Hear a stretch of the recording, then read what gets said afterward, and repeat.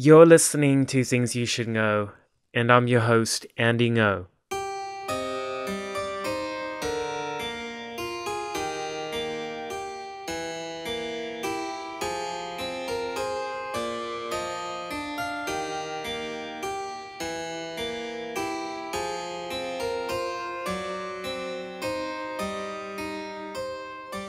In this episode, I interview the esteemed British author and columnist Douglas Murray.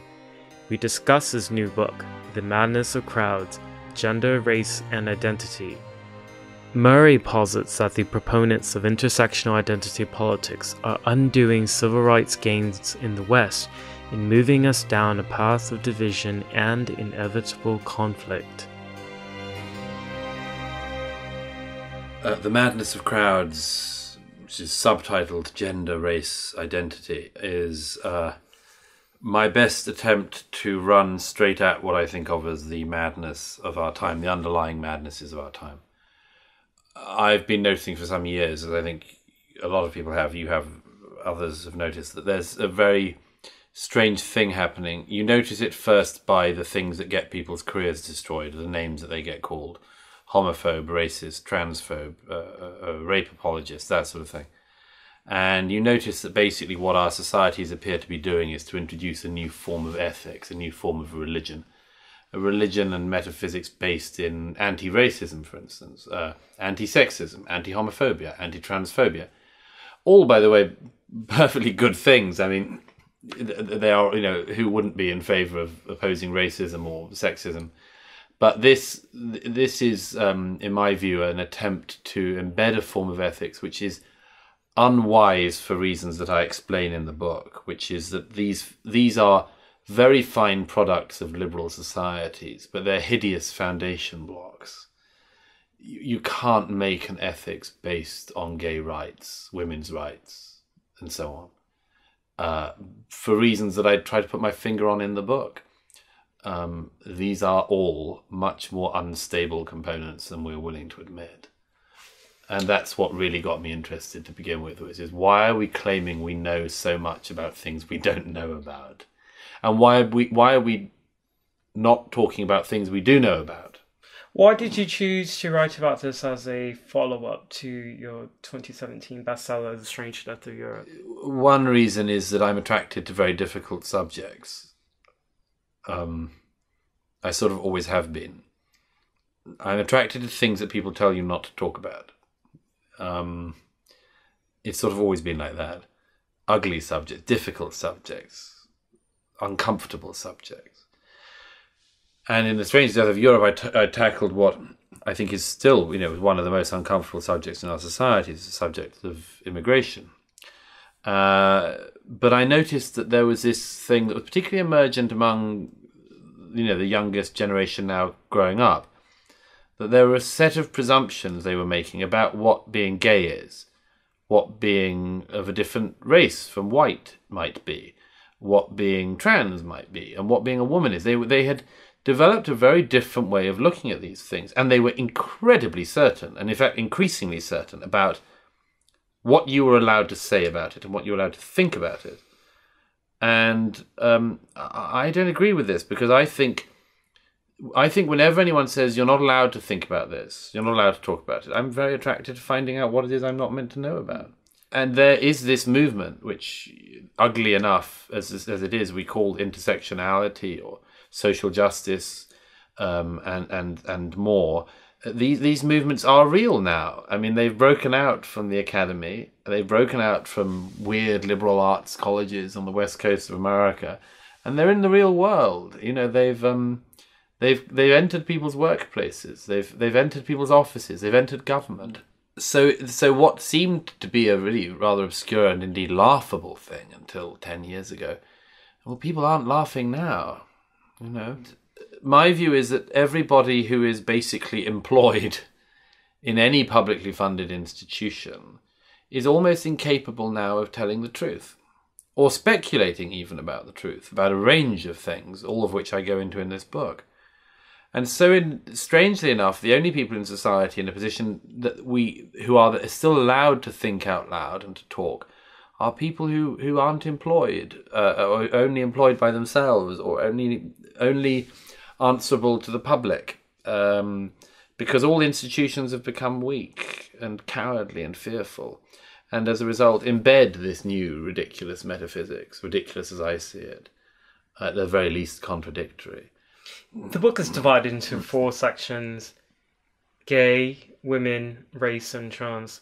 Why did you pick these 4 subjects? Well, I thought they were clearly the ones which kept blowing people up.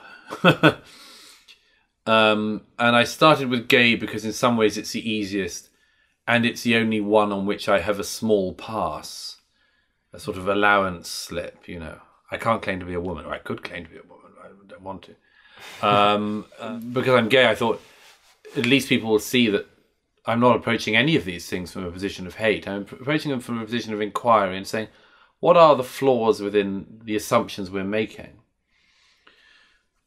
And there's a lot of things to say about the gay chat, but one is, I noticed some years ago that gay had stopped being about being gay and it had become about being political. And it started to worry me, because I don't think being gay is about anything much other than being gay. Somebody said to me the other week, you know what all gay people have in common? And I interrupted her and I said, they're gay. That's it. There ain't anything other than that, you know? And it worries me that gay has been made political. And there are examples I give in the book. But basically, among many other things I say, and I tread on every very, very sensitive subject about being gay, gay parenting, everything. But one of the things that started to trouble me was that I noticed some years ago there was a big divide, people who were gay and people who were queer. And I use this division, and I think it's the first time it's been done, but I say, look, some people are gay and they're attracted to the same sex. And that's it. That's the end of the project. Other people think being gay is merely the first step to pulling down the patriarchy, pulling apart capitalism, and so on and so forth. This is a very, very big divide that nobody identifies, but we need to, because most gay movement leaders are to some extent involved in the second of those camps, whereas I think most gay people are probably involved in the first. But if they're gay and they don't involve themselves in the pulling down of the patriarchy and so on, they can now be accused of basically not being gay. Which is fantastically stupid. And I give the famous example of Peter Thiel when he comes out at the Republican Party convention in 2016. He comes out not as gay, there's a gay and there's a Republican, there's a supporter of Trump. And the main gay magazine in America, Advocate, the next issue, runs a piece saying Peter Thiel isn't gay. He may sleep with men, but in no other way is he gay. And what I started to notice was that this had happened in every single one of the difficult issues of our time. It happened in black. There were people who were claiming being black isn't about being black, it's a political project. I thought, well, that's interesting, because that's what they're saying about the gays as well. And then there were women who were meant to behave in a certain way. You're not being a woman, you know? You're letting down the sisterhood. I thought being a woman was just being a woman, then I can do whatever I want. No, you've got to be in line with a political project. And then the fourth of them, of course, trans, is the most political of all in some ways, and the one that's come along fastest. And there is an element of that is entirely a political project for reasons I give in the book. So I just wanted to get into all this because I noticed in each one, not only were the same career explosions happening and the same lives being torn apart, but the same claims were being made, and they were similarly erroneous. I'm gay, you're gay. This is the most that I've seen you write about gayness, actually. Yes. I've been following your work for quite a bit. Was that hard? Because to your credit, you've always kept your identity for the most part out of your writings and your views. Yeah. Well, but to dedicate a quarter of your book to gayness. Well, I mean, I have to say, I take a rather old-fashioned view, which is that the value of your ideas does not rely on your identity. And this is a really old-fashioned view now. I mean, almost nobody holds that view. Mm-hmm. It's all about the identity. It's not about the ideas. I go into this a bit in the Madness of Crowds. The idea that it's the speaker, not the speech, that matters, you know. People are less and less interested in what the content of the speech is. They want to know who the speaker is. And I noticed this many years ago with the tendency of people to start questions with speaking as a. And I don't care what you're speaking as, you know. Particularly if people say speaking as a man or speaking as a woman. Most of the time, you're like, yeah, we got that. We can tell. So I've always disliked the idea of people saying, this is what I am and therefore, because what it means is you're basically saying, listen to me more. Coleman Hughes, very talented young American writer who happens to be black, wrote something I quote in the introduction to the book a while ago, where he wrote somewhere that he had got the sense at various times in his career as a student that there were people who behaved around him as if there was a special type of wisdom you get from being black. It's a very interesting observation there, because I think almost everybody knows there's a ringing there. They know what he's saying, even if they don't have exact experience of it. There is something like that now in our society. But as I say, I mean, no, you're right. I don't write in the book about me being gay. I mentioned in passing various things, but it's an attempt to address some of the things which have been on my mind for a long time, and which I know from gay friends has been on their minds, but which nobody has written about. And there's one thing in particular which I have had a couple of gay friends who've read the book and are slightly horrified that I've been willing to say some of the things I've been willing to say about the gay movement and about gay people, because they think I'm somehow letting people down in being quite so honest about certain issues. But our society is trying fundamentally to pretend that people are totally the same and that there are fundamental differences. And my view is that there are some differences. There are some differences between men and women. There are some differences between heterosexuals and homosexuals. But that in pretending there are none, we create certain problems. For instance, I'm very uncomfortable with the issue of pretending that two gay men have a roll around one night in the sack and then they announce to the world the next day that they're pregnant. You're referring to those headlines that will focus on some celebrity gay couple that something like we're expecting a baby. Yeah, Dustin Lance Black and Tom Daley are expecting a baby, the BBC website says. Well, I know that didn't happen just because they, had a nice meal one night and, and I think there's just something dishonest about that. There's something odd about it as well, because we live in an age where, quite rightly, you're not meant to write women out of the story of life. And if there's an example of writing a woman out of a story more than just pretending she didn't mother the child, I don't know what it is. And I don't like that sort of things. I think it's dishonest in lots of ways, and I think there's lots of things like that we're doing in order to try to put lots of little fibs and lies that we're telling.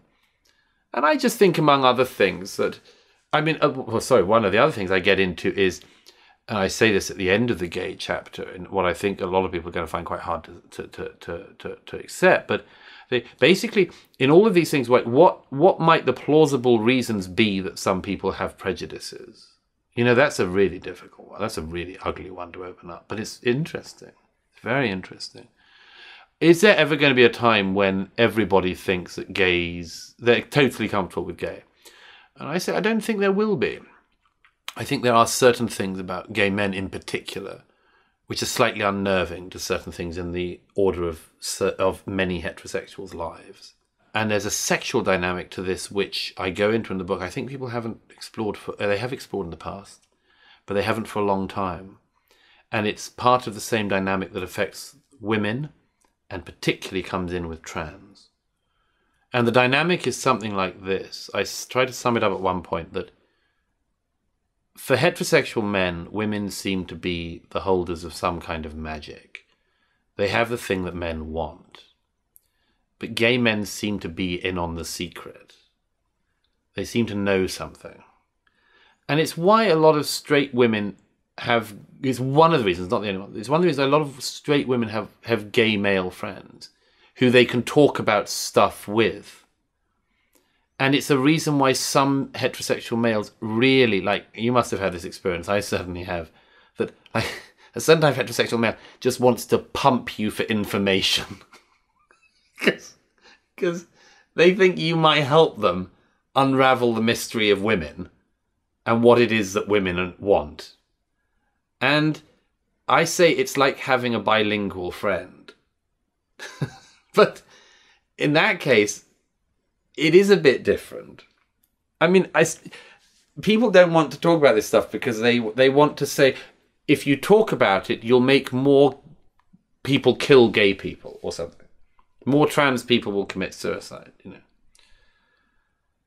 But this stuff is really interesting. And we've like forbidden ourselves from talking about it. I came out rather kind of late in my adulthood for somebody of my generation. It was a number of years later before I actually went to my first Pride event. And I mean, I see it for what it is now, at least in the West. It's just, it's exhibitionism. It's trying to, it's like, to me, it's like almost making a mockery of what it means to be gay. What are your thoughts on Pride? Well, I have the same instinct as you do. But my view is if there's something you should feel no shame in, then nor should you feel any pride in. I don't think there's any particular shame in being gay, but I don't think there's any particular pride in it. I don't think gay people are worse than straight people, and I don't think they're better. You know, and pride exacerbates the idea that gay people are somehow better. More fabulous, for instance. There's one. Boring heterosexuals and the fabulous gays. Now, there are some gays who are fabulous, and there are some straight people who are fabulous. It's not like in the water. I think that there's something very strange that's happened with pride. I quote a couple of authors in the book, in The Madness of Crowds, on this, who talk about their disappointment. This is in the 70s, 80s and 90s. Their disappointment that whereas, for instance, in the March on Washington with Martin Luther King, the great moment of the American civil rights movement, there was the deepest imaginable human solemnity about what was happening that day, as black Americans were demanding the treatment they deserved. And when the March on Washington happened in, was it 1992, of the gay rights movement, it was filled with the stuff you describe. I mean, like exhibitionism. If the March on Washington of Martin Luther King had included like a black fetish sex section, the thing would not have been taken so seriously. And nor would the intent have been so serious, because nobody could possibly have thought that that was what they should do. So what was it about the gay rights movement that was always flawed by that? There was always a flaw in it of people who couldn't resist the urge to do that. Now, I think, by the way, this is something there's something in this which comes towards the trans debate, which I get into in gruesome detail. And that's that there's a very interesting thing that's happened. We are trying at the moment to construct a form of ethics in our society afresh. And there aren't very many bases of this ethics, but one of them, which isn't a bad place to start, is don't be a dick to people who've got a hardware issue. So, for instance, why do we all agree pretty much, I'm sorry to say with some prominent exceptions, that you don't take the piss out of somebody who's disabled? Why wouldn't you do it?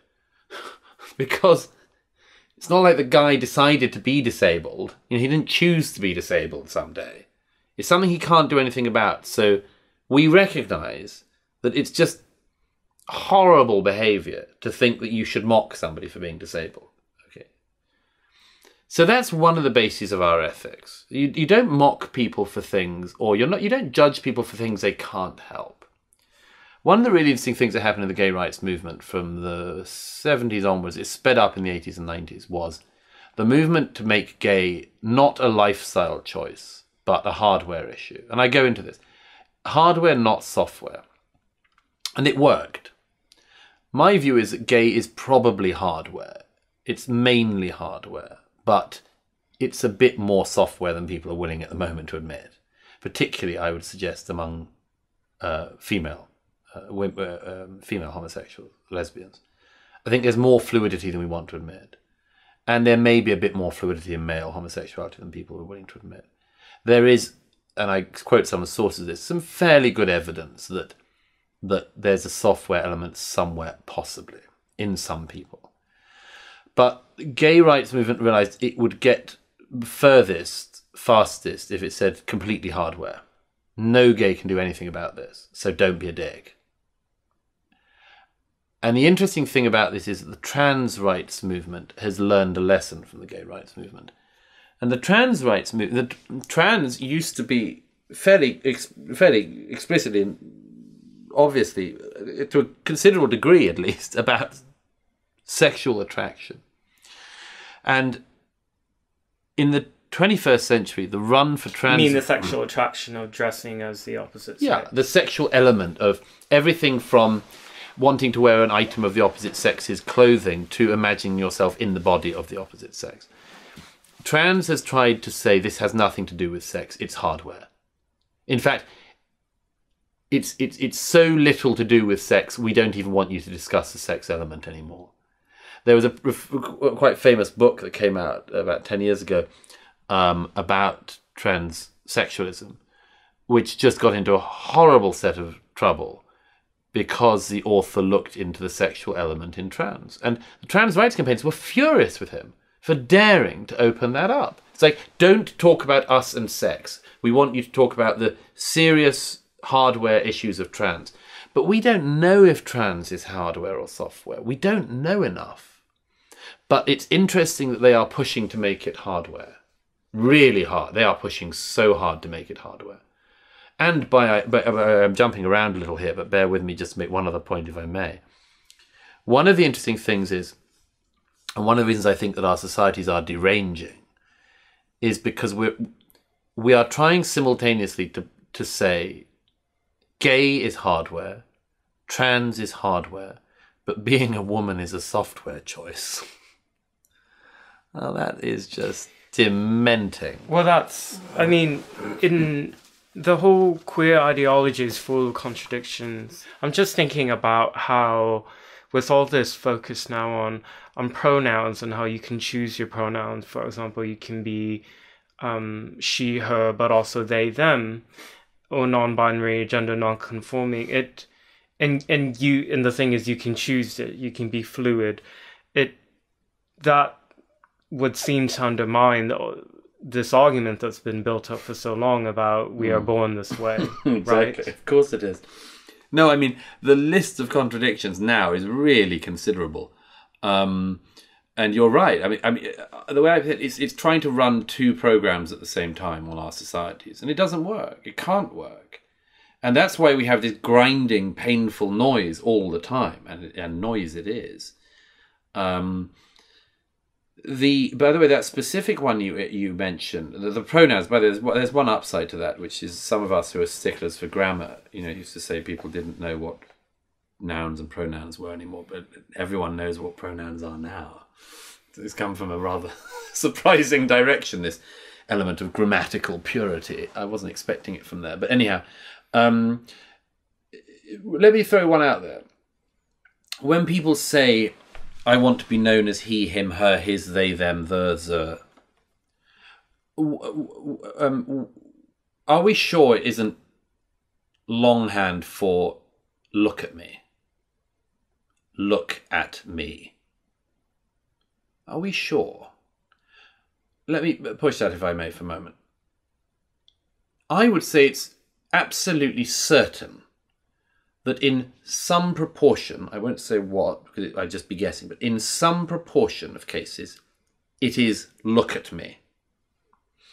Does anybody know how to delineate between look at me and a transsexual person asking you to give them the correct pronouns?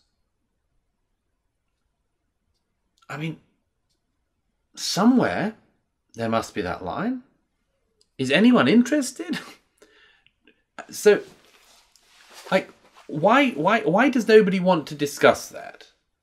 If we're going to, for instance, maul the language, and mauling the language it would certainly be,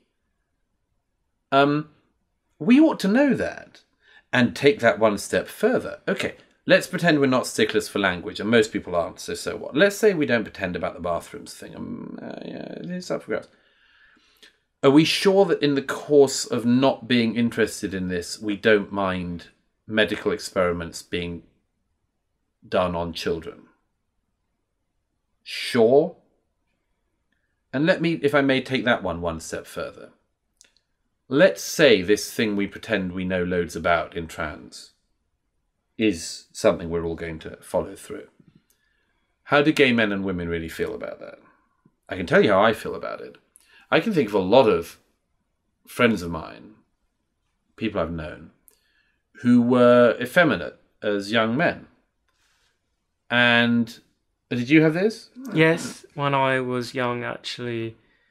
You know, if I was a child today instead of in the 90s, I think maybe I would have been diagnosed with gender dysphoria. Right.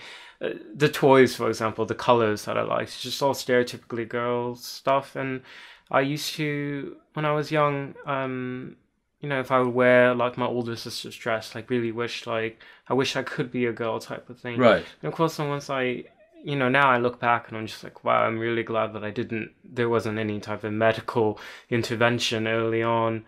Right. What we're talking about now, I would submit, is what loads of gay men and women are talking about in private, and almost nobody dares to talk about it in public.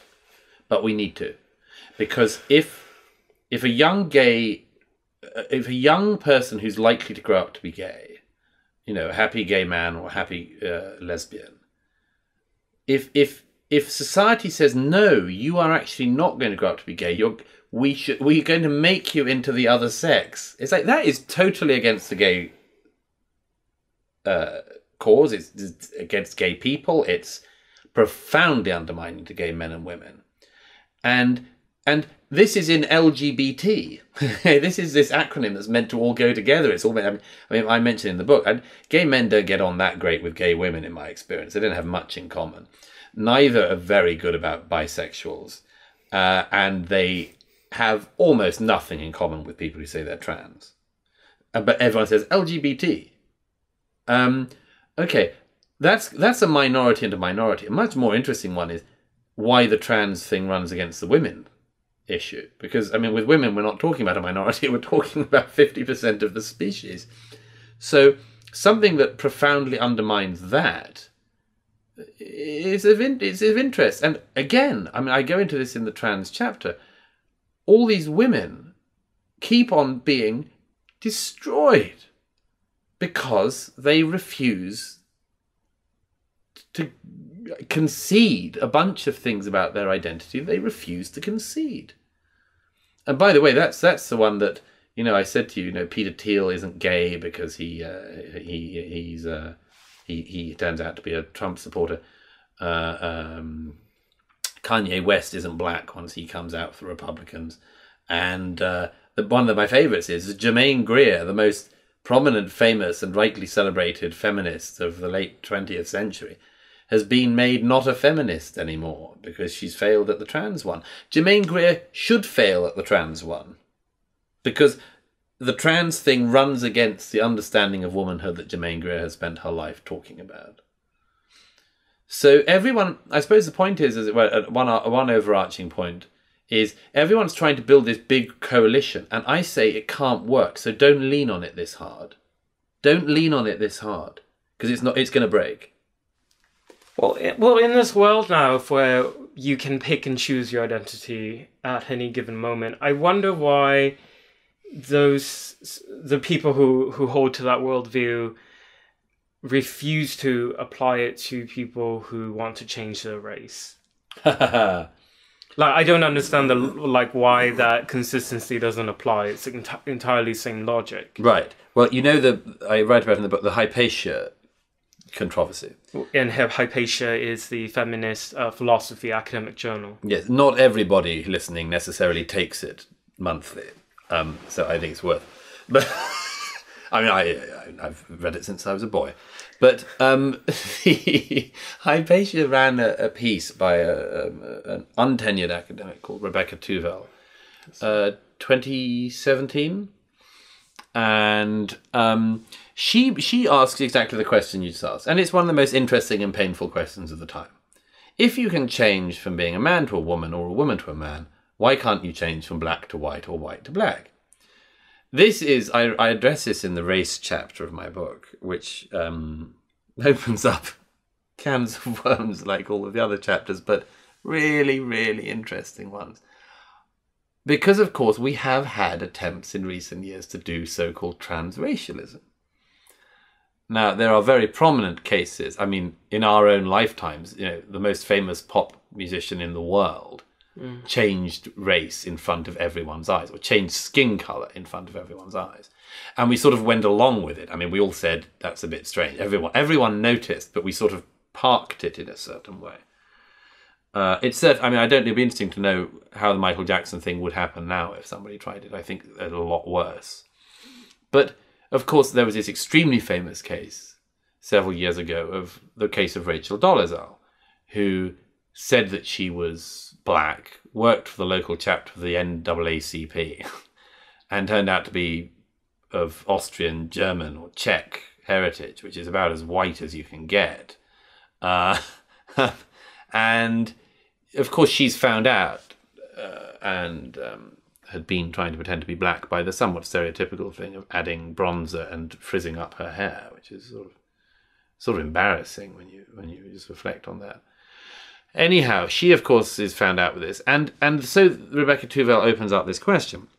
Okay, everyone came down on Rachel Dolezal, but should they have done? Shouldn't we maybe think that this is no stranger than a trans thing? And if I may say so, there are two particularly interesting things that came from that affair. The first was, once again, there was a reminder that black, like all of these other things, like gay, like women, like trans, at some point stops being about the identity and becomes about politics. Only and purely about politics. So Michael Eric Dyson is interviewed on MSNBC during the Dolezal affair. He's asked his opinion on this, because at that point, some black Americans were saying, some people were saying, how dare you? And others were saying, okay, she seems to be trying to take on our causes and concerns, and, and we should be welcoming. Dyson, on live interview, says, when he's asked about this, says, I think that she took on our causes, she took on our concerns. And he says, I think most black Americans would think they had more in common with Rachel Dolezal than, say, Clarence Thomas. Okay, so then, if that's the case, being black isn't about being black, it's about being left-wing in a very particular way, which I submit is really dangerous. Like the left-wing gay magazines saying you're not gay unless you're left-wing. Why is it dangerous? Well, it's dangerous because it says to people the characteristic is not a characteristic that we simply notice and then get over, but the fundamental thing that directs the political orientation of that person throughout their lives. It should dictate their political concerns, their campaigning concerns, their life, everything. I mean, my hope, as I say in the book, the hope of some of us was that we sort of got beyond these things, that the personal characteristic thing was sort of unimportant. And then we got on to the person. But when he says this, he says not just that a white woman who pretends to be black, so long as she campaigns politically in the right direction, we can pretend is black. But the black man who is undoubtedly black, Clarence Thomas, and has an unbelievably distinguished career, is not black really, because he's let us down in some way by being conservative or something else.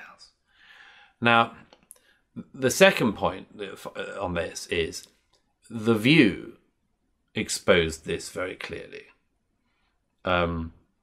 which I'm sure everyone listening watches, like me, daily, religiously. But on The View, we actually got the truth about why Rebecca Tuvel stepped on the landmine and why she was blown up. Where Rachel Dolezal goes on and is completely torn apart by the panel, who are all American women of ethnic background, and several are black. And they say the same thing. They say, you are not getting away with this, because You are not allowed to pretend to be black because you haven't had our experiences. You haven't lived the experience of being a black American. Here's the thing. That was exactly the argument that feminists used against trans. But it didn't work for women. But it does work at the moment for black. And that's just one example of the derangement of our time. Because half of the species is saying, like Julie Burchill, who I quote in my book, hang on, you haven't gone through what women have gone through. You haven't had to deal with teenage boys. You haven't had to deal with, inappropriate advances or groping. You haven't had to deal with labour and childbirth. You haven't had to deal with the menopause. You can't now come along and say you're a woman. Turned out you can.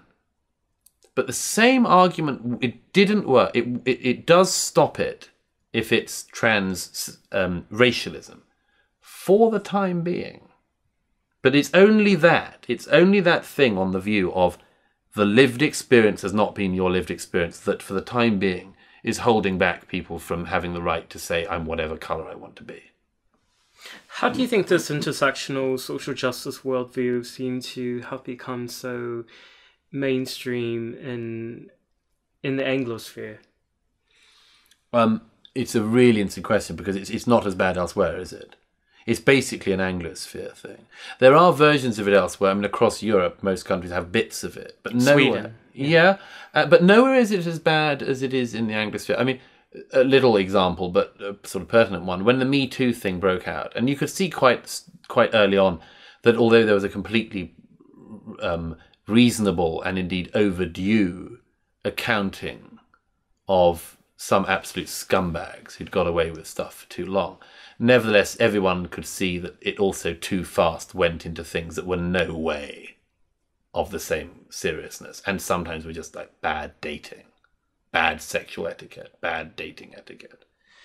When that was going on, almost nobody was willing to say that in the English-speaking world. And in America, if a woman put her head above the parapet on that, she was shot at immediately. In France, 100 very prominent women, including Catherine Deneuve, and prominent thinkers, female writers and others, signed a joint letter saying, no, this is going too far. Women need to get on with men still.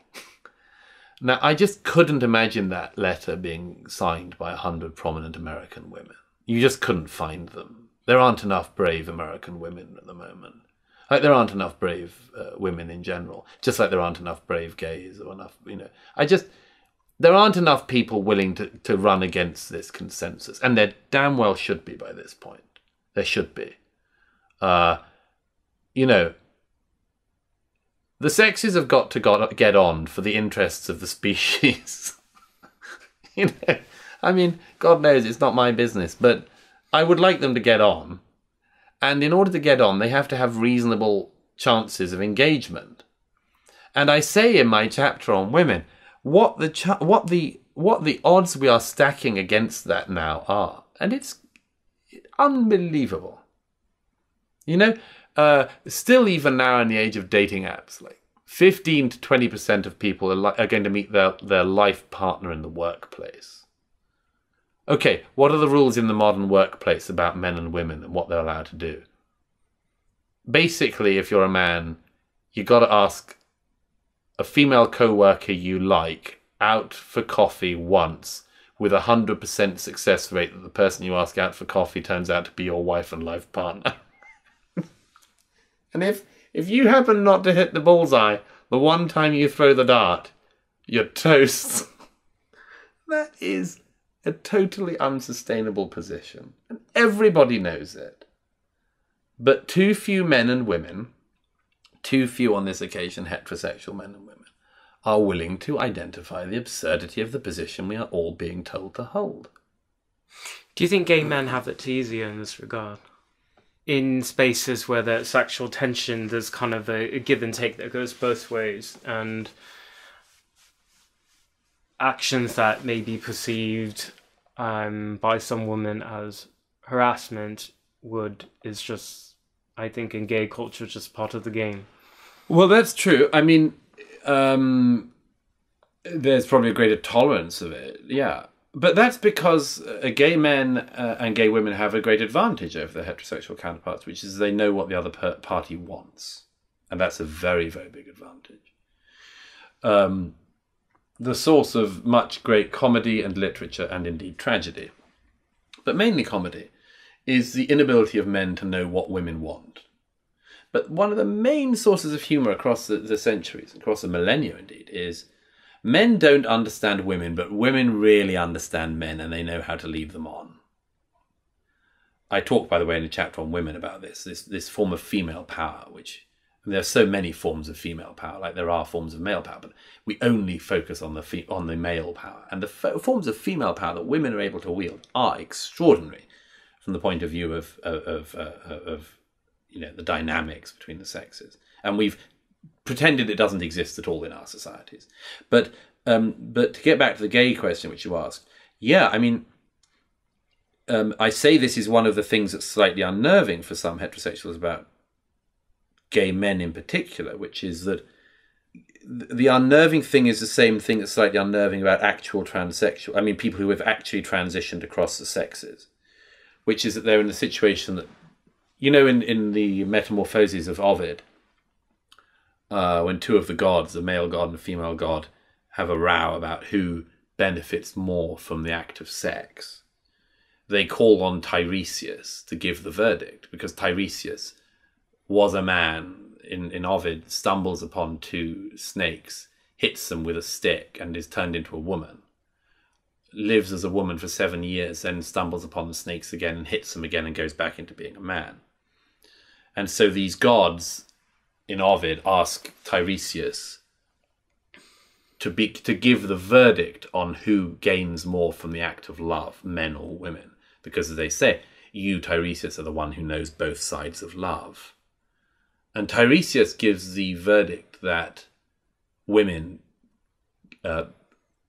enjoy the act of love more. And for this, the male god blinds Tiresias. Anyhow, I find the legend of Tiresias fascinating because I think it speaks to a very deep truth. Now, if you read the accounts of, for instance, Jan Morris, who I'm an enormous admirer of as a writer, who wrote a book about being a very early transitioner across the sexes called Conundrum in the 1970s, there are things there that speak very deeply and profoundly to this issue. But I think it's there among gays as well. And the unnerving thing is that gay men in particular would know both sides of love. And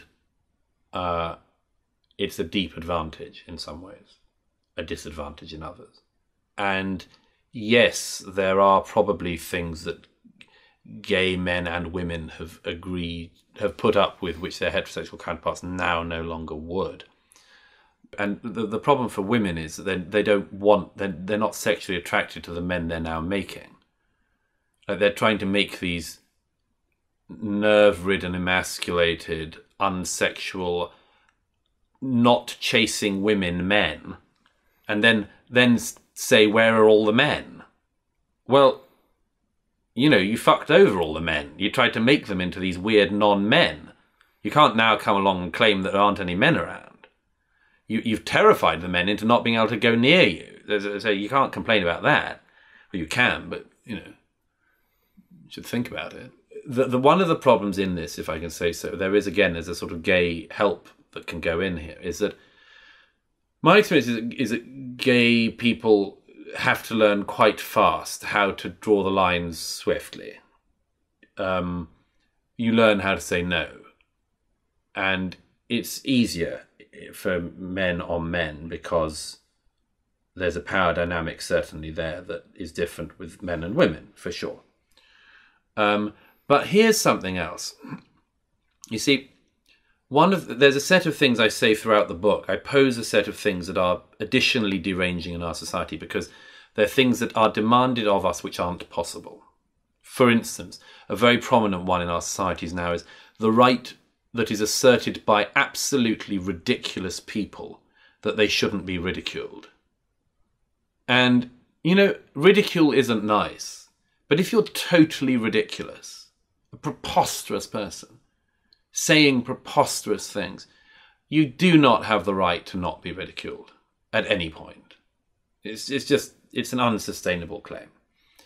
But one of the more widespread unsustainable claims of our time is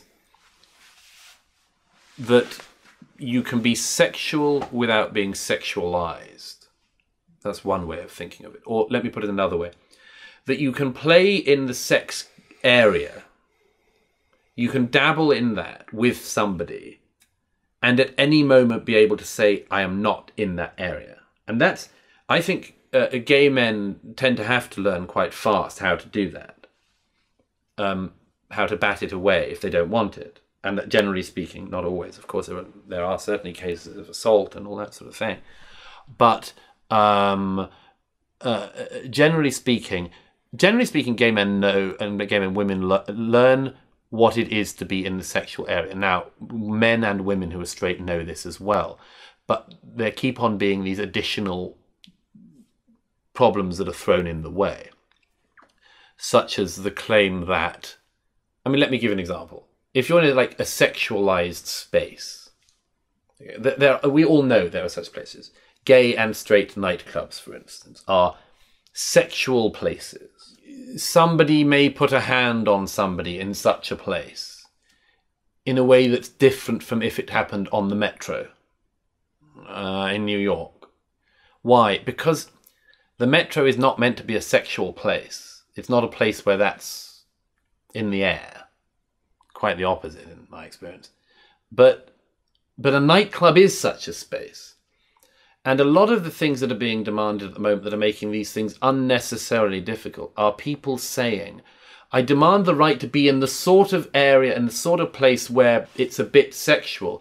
But if you dare come near me, I'm going to be Mother Teresa to you. You know, I'm just going to pull on the nun's habit and say, how dare you? I was just enjoying a drink. And that's a sort of unreasonable... It's not unreasonable to say you should never do anything you're not comfortable with. But there are areas that are definitely more complex than we are currently pretending.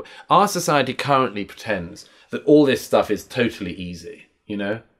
That it's all straightforward. I relay this in the book at one point. I relate a discussion I was in with a group of women talking about this, about the workplace. And it's like, somebody said, yeah, it's really not that difficult, Douglas. I said, no, clearly it is quite difficult, or we wouldn't be talking about it, you know. But we're pretending about this like so many other things. We're pretending it's just so easy and we know what we're doing. And, you know, we know some of what we're doing. But it's a lot more complex than we're currently pretending. So I live and work in Portland, and I wonder...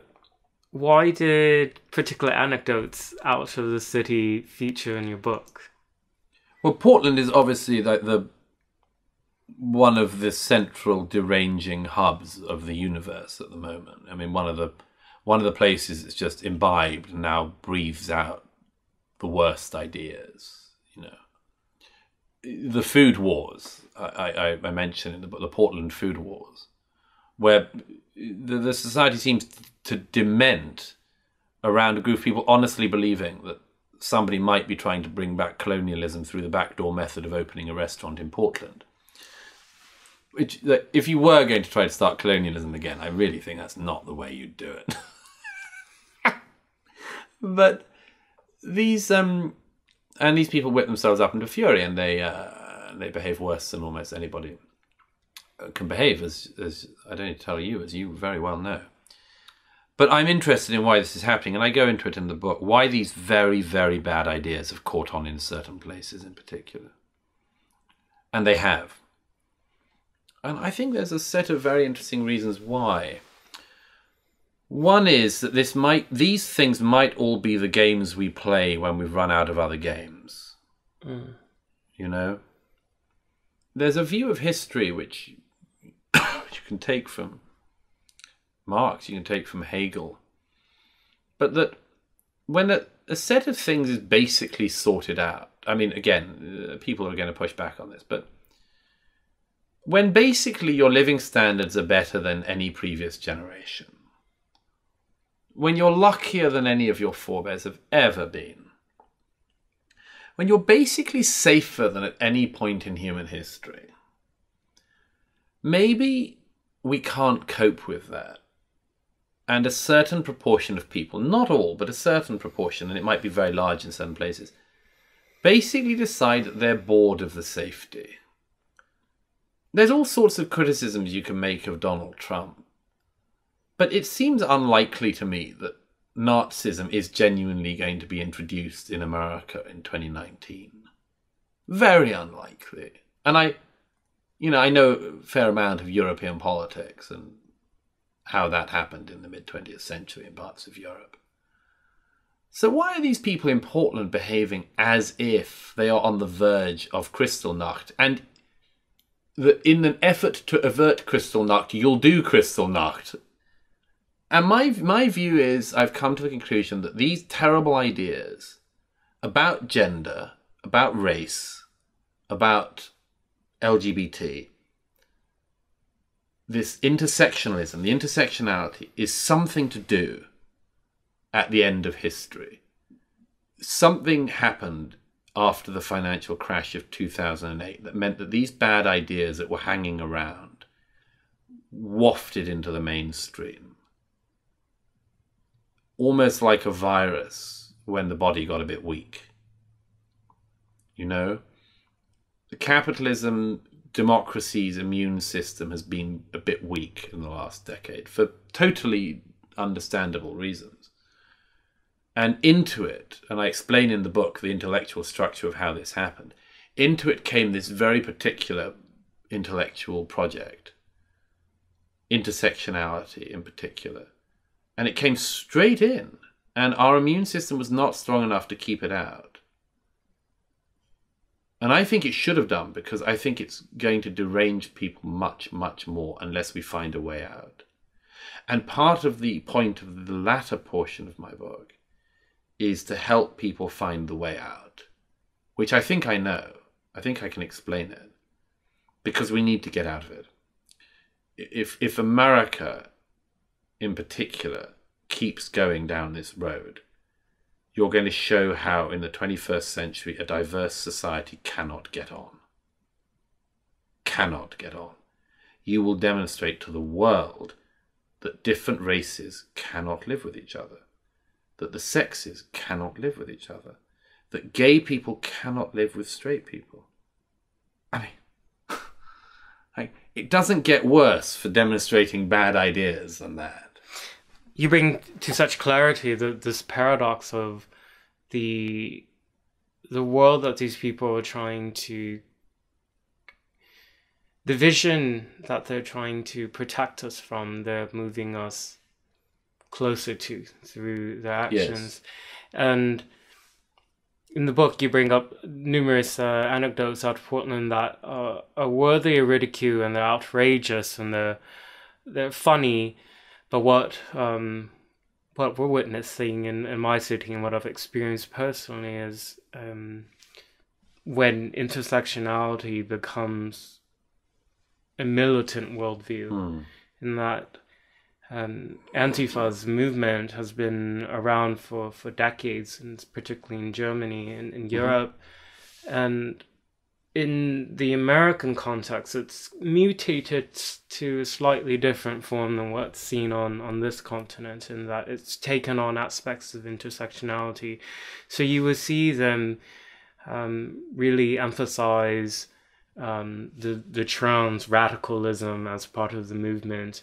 And these people genuinely believe, the ones who are coming out into the streets and engaging in the street brawls, they really believe that we're living in an age of ascendant fascism. At any moment, this cosmic battle will happen, and they're going to be the vanguard who are going to be the protectors of the marginalized and the oppressed.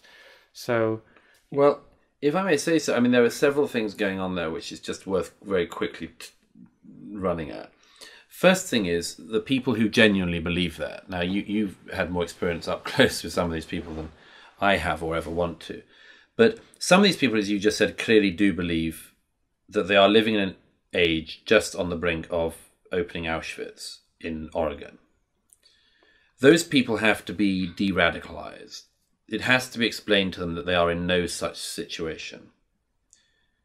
I think there are all sorts of reasons why they've got there, including an abominable understanding of history and an unbelievable lack of education among people who claim to be educated. But there are these people, and they need to be deprogrammed in ways which I try to explain. There are also people who are hooked on campaigning. The late Australian conservative philosopher Kenneth Minogue, liberal philosopher, one should really say, because he was in the true sense, had something he called St. George in retirement syndrome in his book, The Liberal Mind. And this is that St. George, after slaying the dragon, is so hooked on the fame and the glory of dragon slaying that he staggers around the land looking for more and more dragons to slay until there are no dragons, and eventually he's found swinging his sword at thin air. Now, some of these people in Portland and elsewhere are clearly wishing they had been St. George. They wish they'd been at the Stonewall Inn. They wish that they'd been at the March on Washington with Martin Luther King. They wish that they'd been at the forefront of the women's rights movement, but they just missed it by a few decades.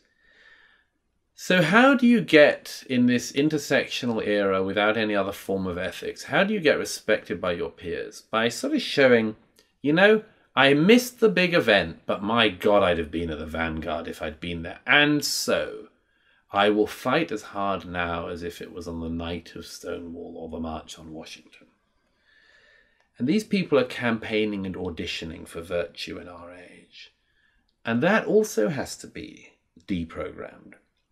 We have to show people that it's not decent to behave after the point of victory as if you've never had it worse. You know, the analogy I use is on all of these rights issues, it's like watching a train just drawing into the station finally after a really necessary and legitimate journey and a progressive journey. It's like watching a train gently coming into the place it should be and then suddenly getting ahead of steam and going careering off down the tracks into the distance and ruining a load of lives. And that's the case in the race issue, it's the case in the gay issue, it's the case in the trans issue, and it's the case in the gender and sex issue. But, and this is maybe the worst news I have, there's something else as well. I don't any longer believe that all the people doing these things are doing it for good reasons. I think something else is happening, and one of the reasons I go into trans in such detail is to explain, because you see it in trans. There is a reason why trans has been picked up so big in the last few years. And I've charted it, I've followed it, I've laid it out. The aim is not to build a coalition to genuinely support people who think that they are in the wrong body. The aim is to divide everybody using trans as the battering ram. Now, I probably don't have the time to go into the detail, but I explain it in the book. To an extent, black people are being used in the same way. Ethnic minorities are being used in the same way. Women are very reluctantly also being used in the same way, and gay people are being used in the same way. They are being used by a certain portion of people not to build a coalition, but to divide everybody, to hammer everybody apart. And once you identify it, as I do in the book, you see what they're doing and you see the urgent need to stop them. Urgent need to stop them. We cannot allow people who wish to pull apart these societies to be allowed to divide the sexes, to make women war against men and men against women and black people against white people and everyone against this race and everyone against that race and every race against each other, and for the gays to be against the trans and the trans against the gays. We can't have this fight of weaponization it's just horrifying. It's like watching an unraveling. And when you watch an unraveling, you have to work out how you tie the society back up together. And I try to explain, in particular in the chapter and towards the end of the book on forgiveness, I try to explain how we can start to move back towards an understanding of each other rather than using each other as battering rams to get something else. And I just think this is so important. And if there's one thing I want people to focus on in the book, it's this. After you've worked out what's going on, work out how to mend it. Because God knows we need to.